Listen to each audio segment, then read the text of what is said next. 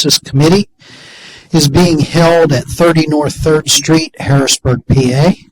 By participating in this session, you're consenting to the recording, retention, and future viewing of this meeting. Although being live streamed via the internet, this meeting is a live, in-person meeting open to the public in accordance with the Sunshine Act.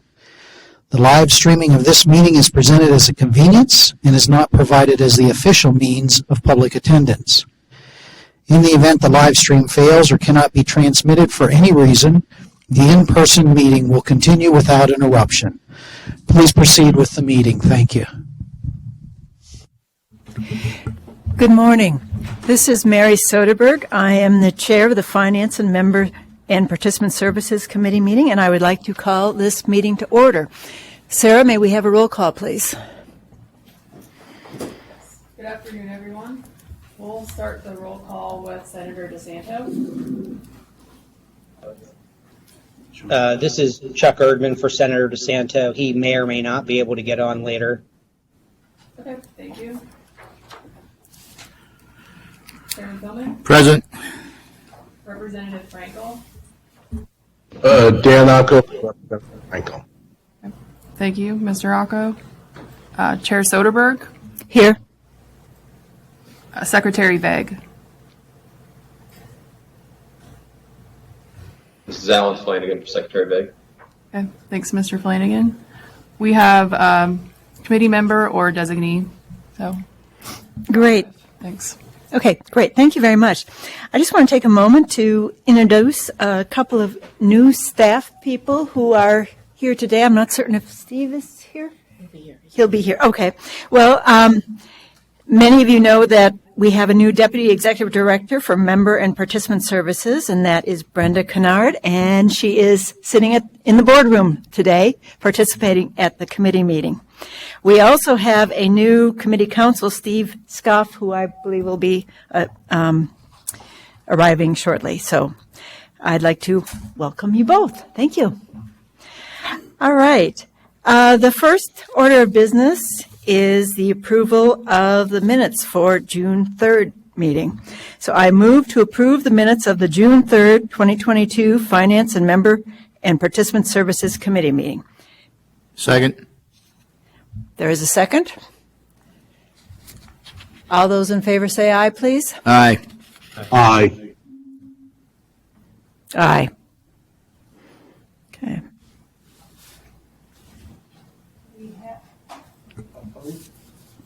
Any opposed? The motion is passed. Thank you very much. We have no old business this morning or this afternoon, and so we'll move right on to our special presentation. Today we have Chris Seitz of Korn Ferry, who will be presenting the stress testing and risk assessment report. So I will turn this over to Michael McGoey. Good afternoon, everyone. Before I turn it over to Chris, I just want to note that the presentation and the full report of the stress test is available under agenda item 5A on board docs. Chris? Okay, thank you, and good afternoon, everyone. I'm going to be going over this PowerPoint, which does outline some of the key highlights of the report. We'll cover the purpose of the report, and then again talk about some of the individual scenarios. So each year when we do an actual evaluation, we need to estimate all of the future benefits that will be paid from the system.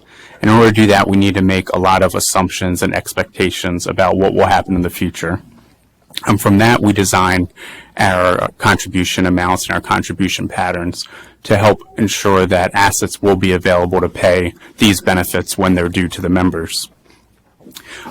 What we do with this report is we take a step back and we say, well, what will happen in the future if it differs from our expectations? So we made all of these assumptions to help determine some expected value and some contribution pattern. How will that be changing over time if the future is different than what we were expecting? So if we flip forward to page 4 of the presentation, this is the 2022 stress testing and risk assessment. This is the 4th annual report that has been done. It came out from the PPMAIRC, following that to help be responsive to measure risks and understanding. The Pension Commission. The Pension Commission. And this report is also responsive to Act 2020-128, which set requirements for the system to provide information on these types of testing, this type of sensitivity and scenario testing. If we move forward to page 5. Now, the first thing to understand for this 2022 report, of course, it's forward-looking. It's a lot of scenarios about what may occur in the future and how it could affect future funding needs of the plan. But keep in mind that all of this analysis is based on the December 31st, 2021 actual valuation and the December 31st, 2021 asset values. So we are not reflecting any investment performance that happened so far during calendar year 2022. So as we move forward to the next valuation to set the next contribution amounts, that valuation will be done as of December 31, 2022, and that will reflect the actual calendar year 2022 investment performance, which could differ significantly from what you're seeing in this report, because this is just based on our assumption, which during the current calendar year would be 7%. Again, so just keep in mind this does not reflect any actual year-to-date 2022 investment performance. What this does reflect is the board's decision to reduce the investment return assumption from the current rate of 7% down to 6.875%, effective with this upcoming valuation, December 31, 2022. So the effects of that and the effects on the contribution and funding levels are reflected in these projections. If we move to page 6, this is really just kind of some background, just in case, just that we're all talking about the same things. The actuarially determined contribution, or ADC, is the employer contribution rates that are calculated based on the CSRS funding policy. We show the funded ratio for our projections, which is the ratio of the actual value. So again, that smooth value, we use smoothing method to help dampen the effect of market volatility. The ratio of that smooth value to the expected value of the benefits, the accrued liability. And then some information on the baseline. So for each projection, we do compare it to the baseline, which is our current expectations based on our current assumptions. And again, reflecting the adjustment down to the 6.875%. If we move forward to slide 8, these scenarios are, again, these what-if scenarios. So we say, well, what if something different happens than just what our expectations are? And we separate the scenarios into 3 separate sections based on the type of risks. So section 2 are investment-related risks, so differences in our investment experience. Section 3 measures some demographic risks, so some differences that would affect member benefits. And then section 4, contribution risks, so as the risk that contributions would differ from the current funding policy. So if we move to slide 9, investment risks, we have 5 scenarios that are covered. We show the effect of differences in future investment performance, so basically continued difference in the investment returns that are actualized compared to what our assumption is. Section 2.2 shows the effect of a large investment loss, so a single year where there is a large loss relative to our expectation. 2.3 shows the effect of investment liquidity. 2.4 provides a simulation of future investment performance, which is referred to as stochastic analysis. We'll actually be looking at this a little in depth in the next section. And 2.5 provides the sensitivity to plan funding if the investment return assumption is changed. And that's very similar to the analysis that the committee and the board reviews during June of each year. Moving to slide 10, the demographic risks.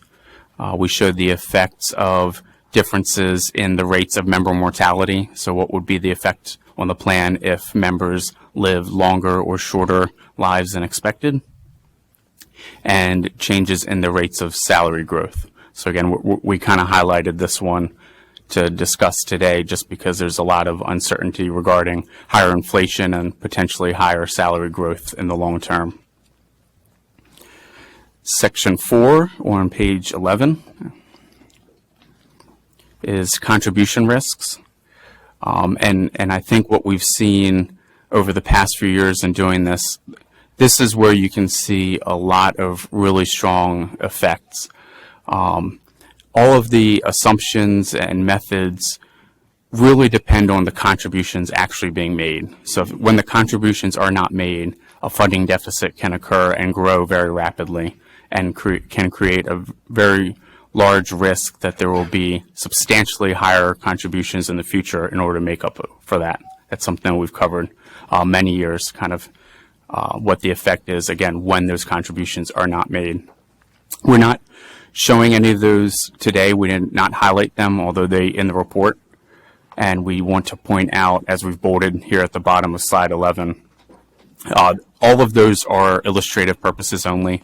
None of those are under consideration. Again, the contributions are made in their entirety based on the funding policy. If we move forward to slide 13. So again, we did want to highlight 3 of the scenarios that we thought are especially relevant to the current economic conditions, especially the so far unfavorable investment experience that we've seen year to date during 2022. The first one we'll go over is the effect of a potential large investment loss. And then we want to look at the simulated future investment performance to, again, understand that there will be no 7% or 6.875% that is earned each year. We know that there will be a spectrum of potential outcomes of actual investment returns and how that will affect the plan moving forward and kind of identify a range of potential contribution amounts that may be needed in the future. And then also, as just mentioned, we did want to look at the effects of differences in the rates of member salary increases. If we move to slide 14. So section 2.2 of the report provides the effects of a large investment loss during an individual calendar year. Specifically, the scenario measures a negative 20% return during calendar year 2022. So we do hope that we end 2022 better than that, but we do know that there is so far year to date, very unfavorable performance during 2022. So in this scenario, and as you move forward to slides 15 and 16, in this scenario, this is that negative 20% return during calendar year 2022, and then the assumed rate of 6.875% in every year thereafter. So this does not assume any sort of rebound period. Whereas historically, we've seen when there's a down year in the years after, it is very common to see very strong years as kind of a rebound and markets return. So this is just the effect of that 1 year negative 20 followed by the 6.875 assumption thereafter. So slide 15 shows the baseline in black of the future employer contribution amounts that are expected. So that's our expectation, earning 7% during 2022 and then 6.875 thereafter. You'll see that the current estimated amount for fiscal year ending 2023, so the fiscal year that we're currently in, is $2.09 billion, and that would be expected to decrease slightly during the period. So for all of the scenarios, we generally show unfavorable scenarios in red and favorable in green, or blue, I'm sorry. So this, of course, a negative 20% return would be very unfavorable, so those are shown in the graph as red. And in this case, we would see the 2.09 steadily increase over 5 years, and that's due to the 5-year period that's used for the asset smoothing. So we would be smoothing that and bringing that in over a 5-year period. Again, this does not assume any future large gains to help offset it.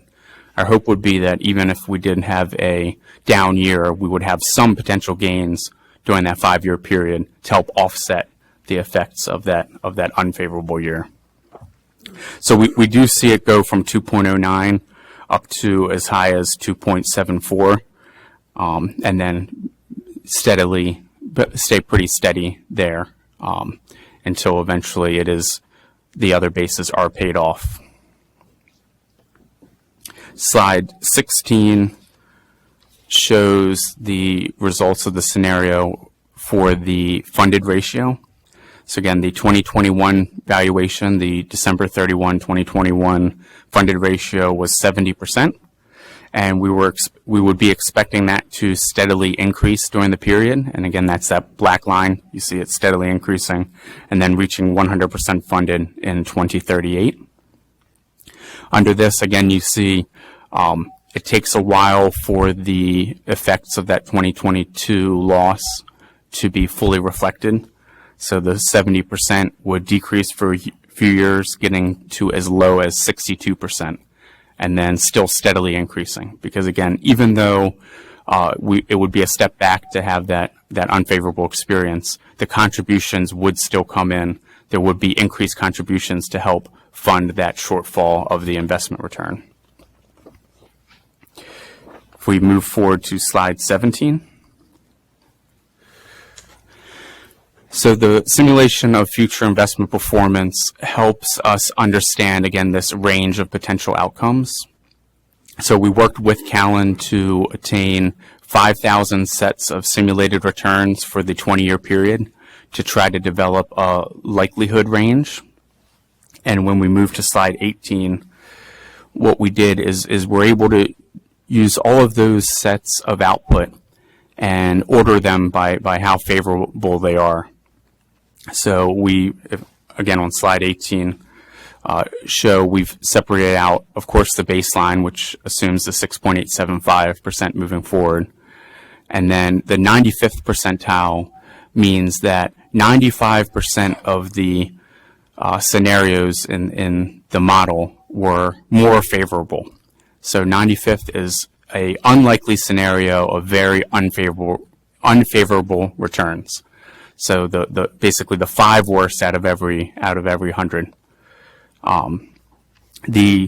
What we really like to look at is that range between the 25th percentile and the 75th percentile, because again, we think this is a reasonably likely scenario.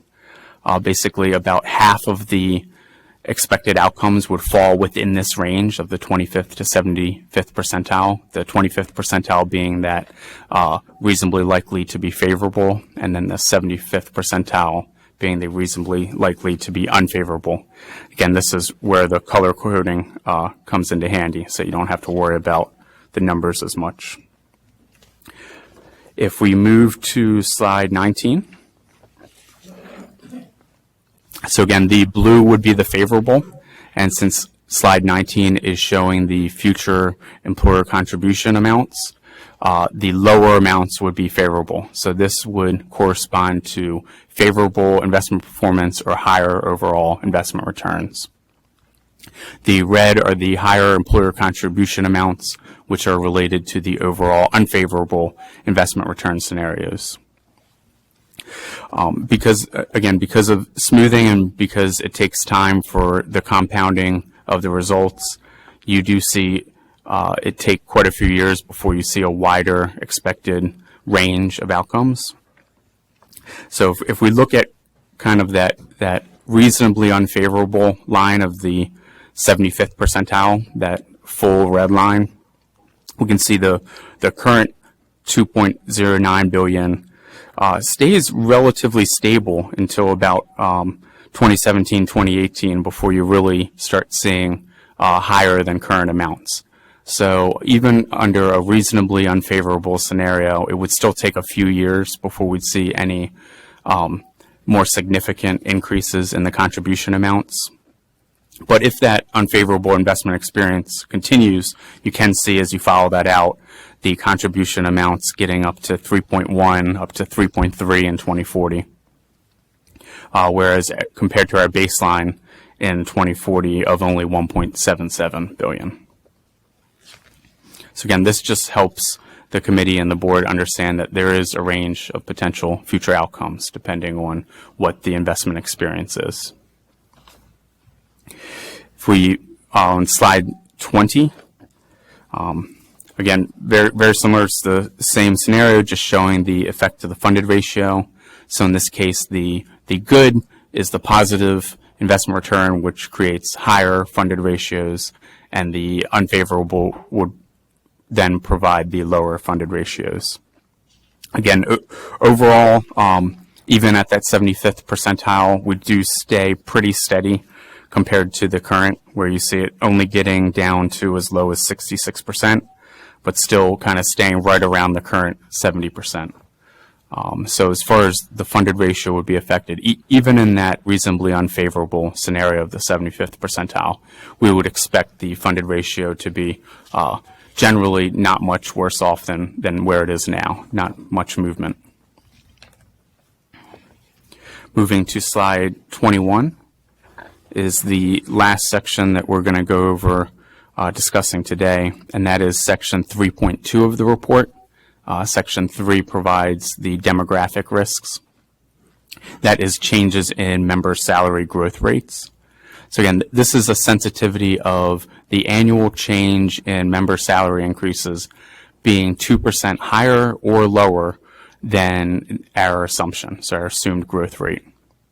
And why salary growth rates are important are because your pension benefits are not based on your current salary, they're based on your salary at retirement.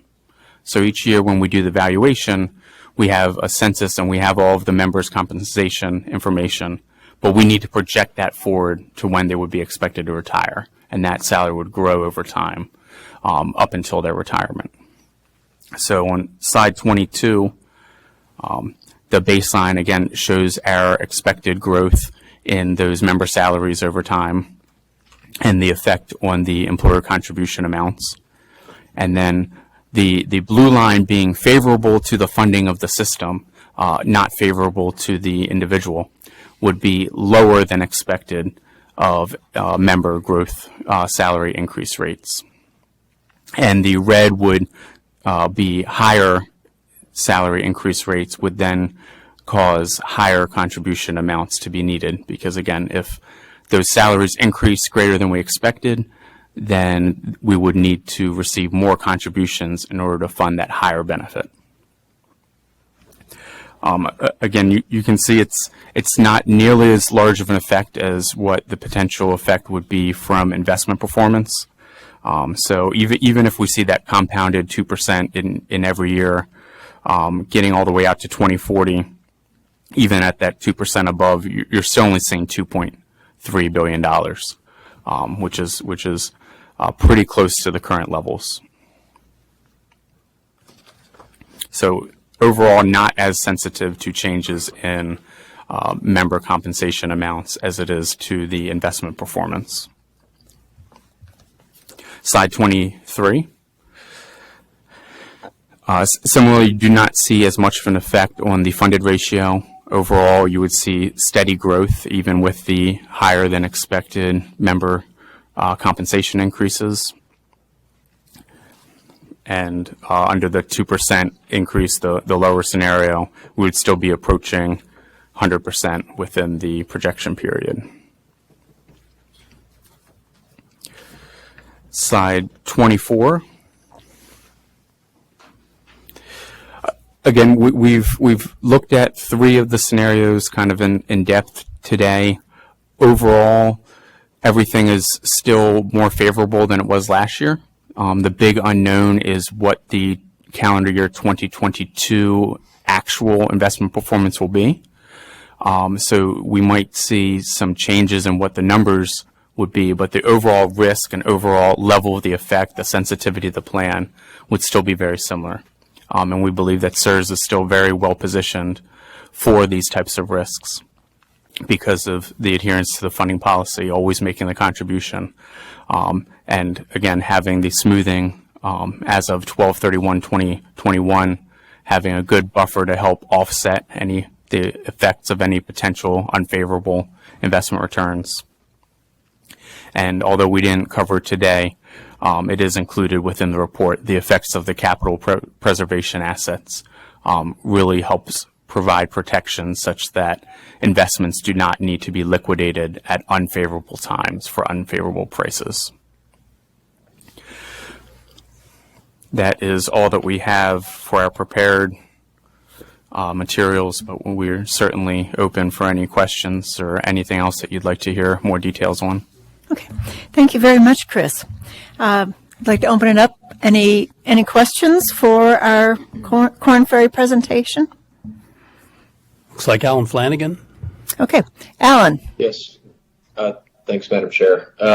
So thanks for the presentation. This is always one that I really look forward to because we're covering so many elements of risk to the system, aside from the investment risk. So, in your estimation, if we hold aside investment performance for a second and we assume, the ARC is paid in full, every year, which of the assumptions that we've covered, and which of these risks that we've covered to the plan, do you see as most significant in terms of our exposure to it, or our sensitivity in terms of our funded status, or our change in contribution levels, if our assumption proved ultimately to be incorrect, perhaps by a significant degree? Where do we have the most risk exposure? Thanks. So I understand the question be other than investment, because I think far and away it would be based on the actual investment experience and how that compares to any long-term expectations, or even just the amount of the volatility in the short term, even if in the long term it is reasonable or does track toward the assumption. I would say far and away it is the investment risk. Also, I think you also said not related to not making the contribution, because again, we are committed to continuing to make the full calculated contribution amounts.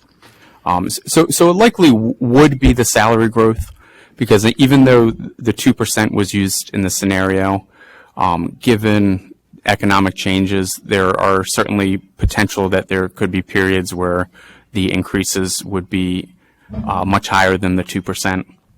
So that could create the largest initial changes in funding needs.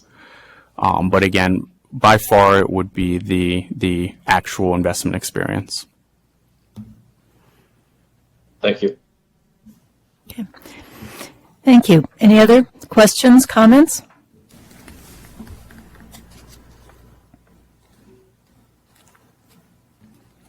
Okay.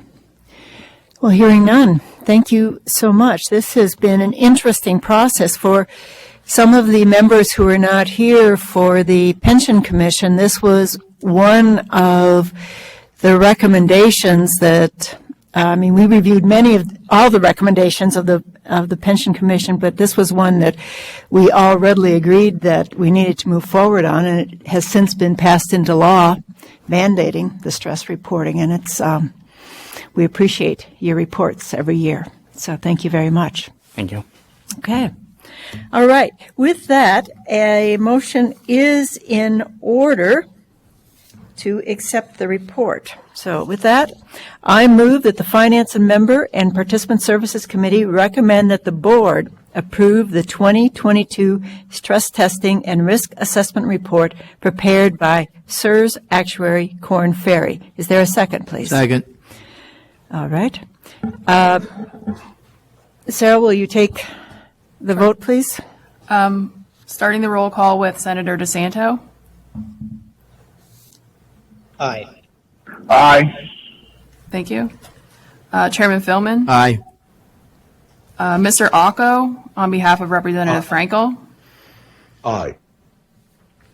Chair Soderberg. Aye. And last but not least, Mr. Flanagan, on behalf of Secretary Vague. Aye. Thank you. 5 yeses and no nos. That's Okay. unanimous. The motion passes. The report will be forwarded to the full board. Thank you all very much. Next order of business is under new business, It's the discussion on the budget, and I'll turn this over to Sarah McSturdy, our CFO. Thank you, Chair Soderberg. So I'm here today to present the CSRS fiscal year 2023-2024 budgets. And like you said, this is in board docs under agenda item 6A. Before I get started, I just wanted to introduce Tom Inners, who's down at the other end of the table.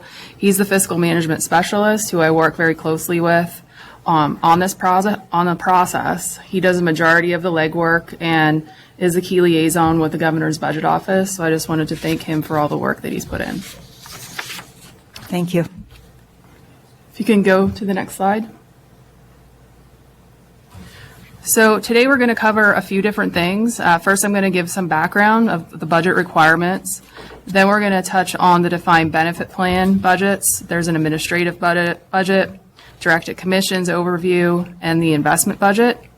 Then we're going to jump into the defined contribution plan budget and the deferred compensation plan budget. And then finally, there's a proposed motion to approve all of the budgets.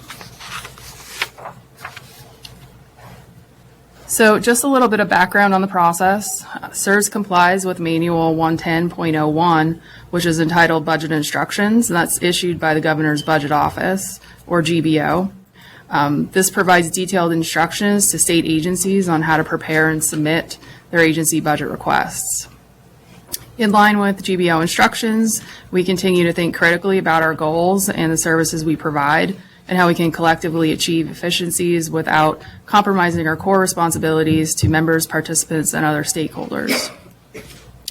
The budgets are due to the Governor's Budget Office by October 5th, 2022. And then furthermore, we also provide additional information on this fiscal year budget to the House and Senate and Governor's Budget Office in February of each year. Next slide. The first budget that I'm going to speak about is the defined benefit plan budget. There's two components.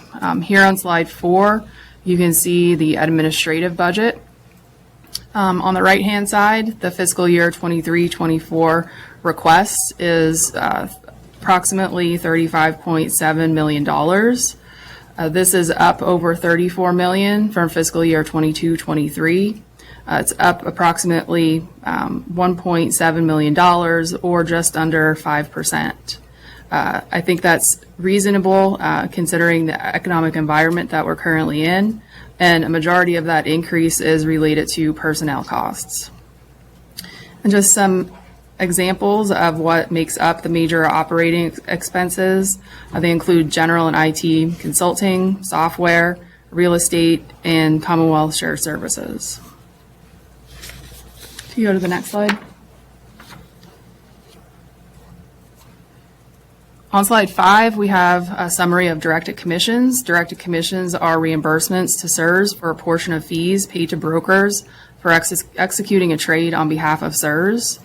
CSRS code allows use of directed commission revenue if needed to pay certain expenses of the plan, but they need to be for the exclusive benefit of the system and its members.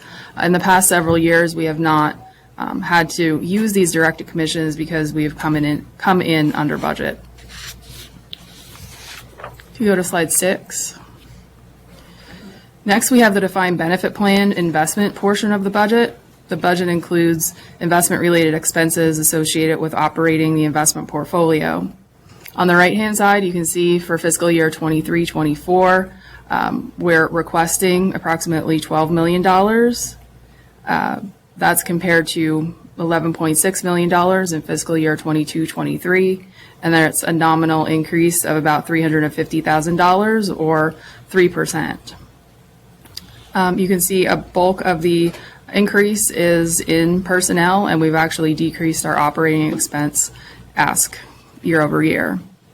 Examples of major operating expenses include subscriptions, investment consultant costs, and software. And then additionally, another line item of interest is always travel. The travel budgeted for in 23-24 is $150,000, which is, very, very low and comparable to the prior year. This amount of travel that's being budgeted is, because of a combination of the current investment strategy that Jim's deploying in the investment policy, plus they're leveraging the ability to meet virtually with the managers that they have. If you go to the next slide. Now we're going to touch on the defined contribution plan. The budget includes costs to administer the state employees defined contribution plan, which opened for enrollment in January 1st, 2019. You can see on the right-hand side, the ask for fiscal year 23-24 is approximately $5.3 million, which is up from $4.4 million in fiscal year 22-23. This equates to about $880,000 increase. Some of that was related to personnel, and personnel costs for the defined contribution plan are allocated in for almost all of CSR's business areas who spend time, making sure that this plan is up and running efficiently. And then the operating expense line item is up, just over $500,000. And that is actually, reasonable considering that a bulk of that cost is related to the third-party administrator fees that we pay on all of the accounts. So as expected, that TPA cost is going to go up each year as the plan grows and there's more participants in the plan. Some other examples of operating expenses besides the TPA fee are investment consulting costs, audit costs, and then allocated IT costs. Just another piece of information on slide 8 for the defined contribution plan is just a reminder, since some of the workings of the plan have been changing since the plan was implemented in 2019.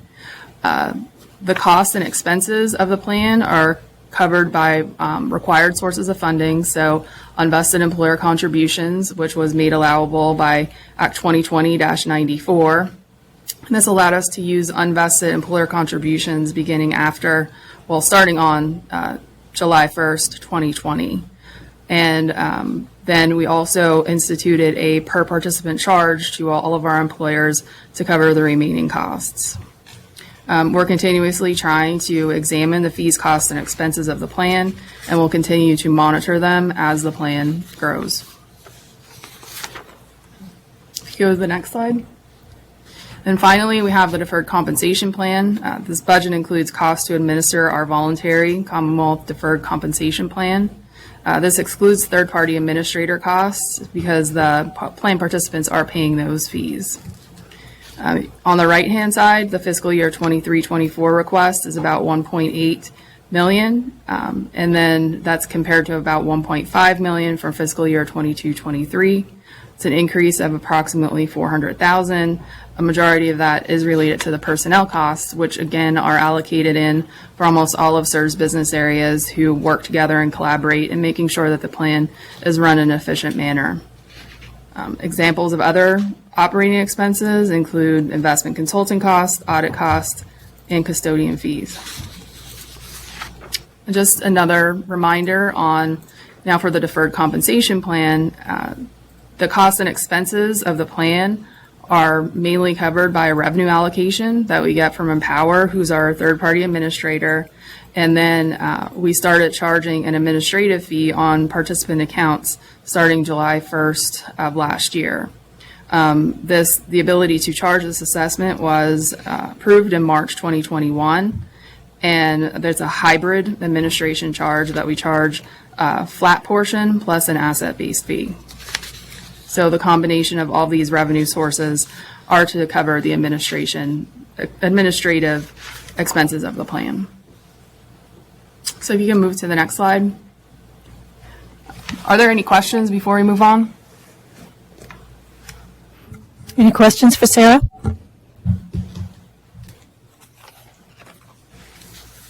Okay, if there's no questions, then there is a motion for consideration to approve the budgets. All right.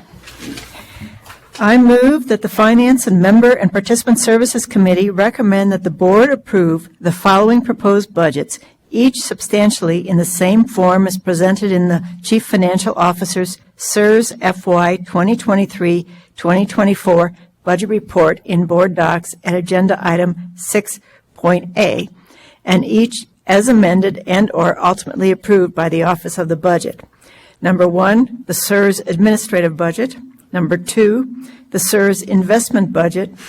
3, state employees defined contribution plan budget. And 4, Commonwealth State Employees Deferred Compensation Plan budget. Is there a second, please? Second. May we have the roll call? Sure. Senator DeSanto. Aye. Thank you. Chairman Philman. Aye. Mr. Acco, on behalf of Representative Frankel. Aye. Chair Soderberg. Aye.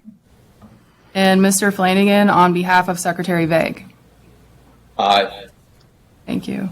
5 yeses, no nos, a unanimous vote.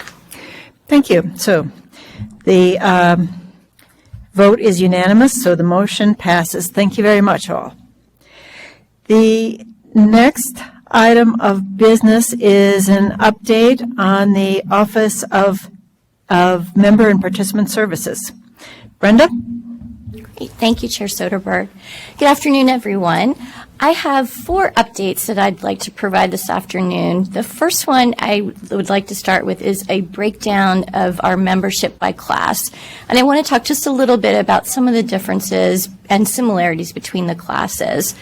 So on the pie graph that you can see there and on the chart to the right, as of the end of August, we had 97,401 members.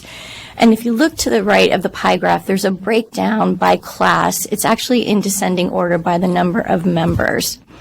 And the first group I want to talk about are Class A and Class AA members. So that's 45% of our membership.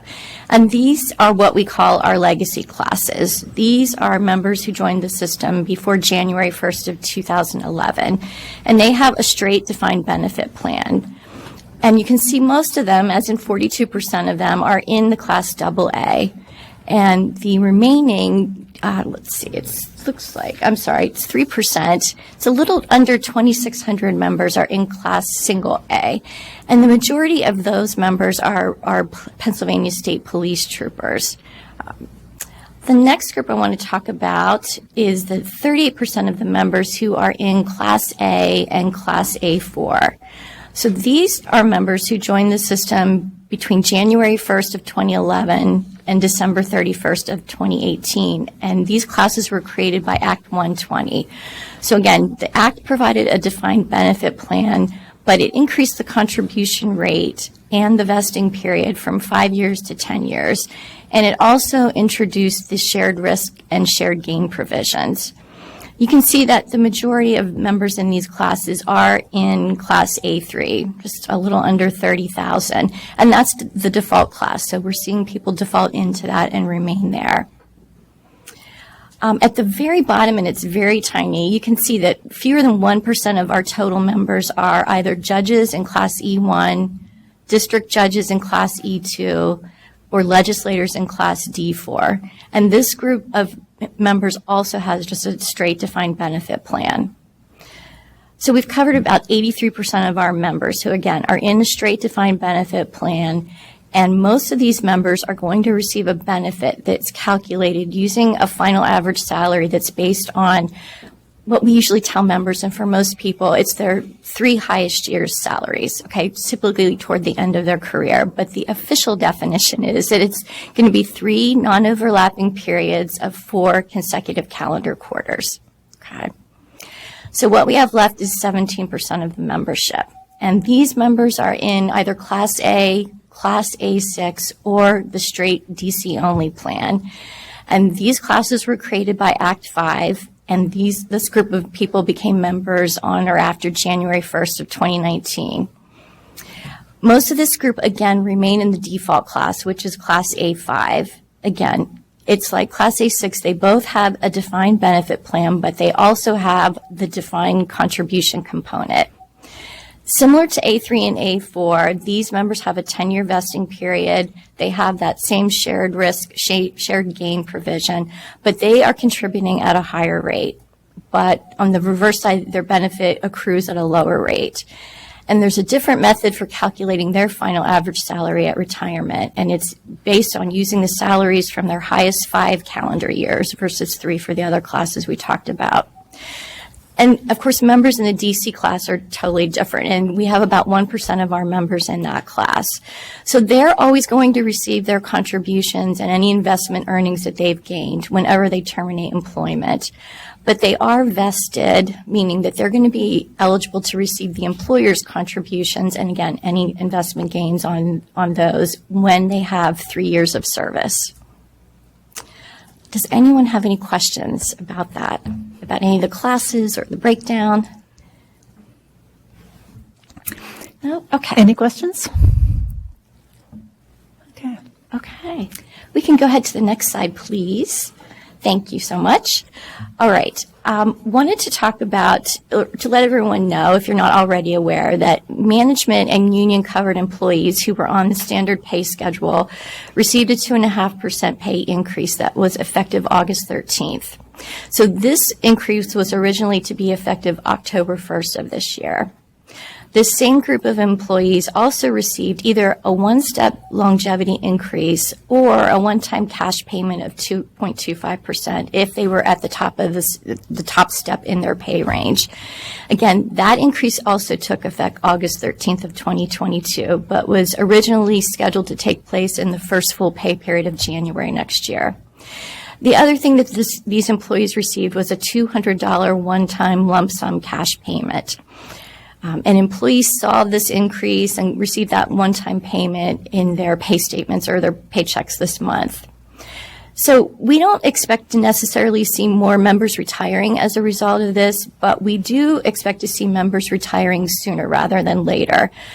So we're expecting that we're going to see an increase in retirement activity this fall because these employees who are going to get a leave payout, say of their annual time and sick time, they might have been waiting till that increase came in January to get the payout at a higher rate. And now they don't have to do that. So we're just going to see a shift in when people retire. The other thing that's happening in response to that is the Office of Administration conducts lunch and learns to, educate people on retirement, kind of get them thinking about it. SIR staff participate in those, and they're more on the agenda now as a result of these increases, trying to get in touch with more of these members who are probably retiring earlier than expected.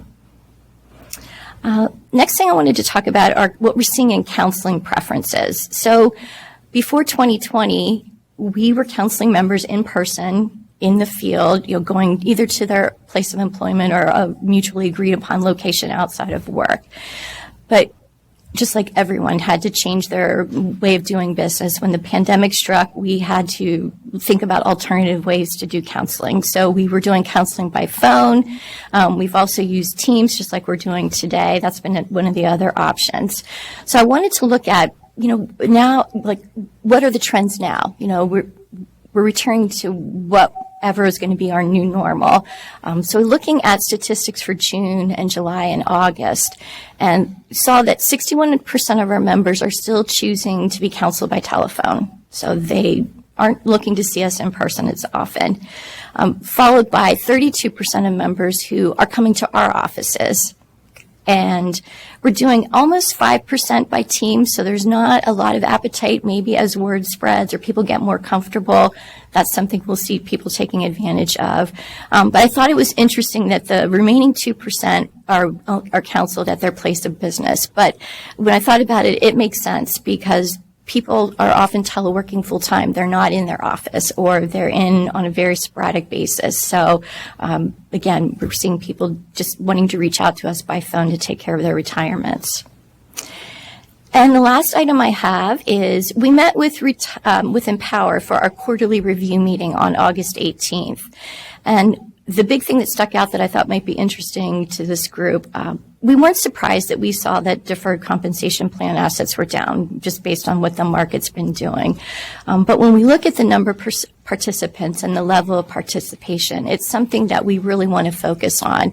Our mission is to get people prepared for retirement, and we want them to retire and be secure in retirement. And our plans aren't designed to replace 100% of their income. So we are forming a sub-team. We're having our first meeting on Monday afternoon. We want to look at ways to reach members, to get more members to participate, to educate people about who are participating about participating at a higher rate, and to start looking to the future and planning to replace their income and be in a good place so they can retire comfortably. So that's all I have for today, unless anyone has any questions. Madam Chair, Yes. just a comment. Your first piece, impact of accelerated pay increases, and you talk about how that would impact folks retiring. You also have a majority of labor agreements expiring in June of 23. And if some folks see some bad stuff on the horizon, they're going to get out. Before it hits. But the good news is there's money in the budget that hopefully that stuff won't happen. But if there are increases and even hospitalization costs like that, that does drive some folks to get out before that happens. So, but yeah, you're right. The impact of the accelerated pay raises is important too. Thanks. Okay. Thank you, Mr. Chair. Any other questions or comments? Okay. Well, one of the things, Brenda, that I did a couple of years ago, sort of started a blog, and I wrote a blog on the importance of deferred compensation. And I saw that, and that's a great marketing tool. That's a great message to get out to people. Okay, good. Yeah. Good. Great. Thank you. Okay. And I also, hopefully, former employee of mine was also going to do that, but I don't know if she ever did. Okay. So, yeah. Okay, I'll have to talk to you about that. Okay. All right. Very good. Well, thank you very much. Thank you. Okay. We are no for additional business for the committee. Any general comments or concerns or questions by members of the committee? Okay. A motion is in order for adjournment. So moved. Second? Is there a second? Thank you. All those in favor of adjournment, please say aye. Aye. Aye. Any nays? The motion carries. Thank you all very much.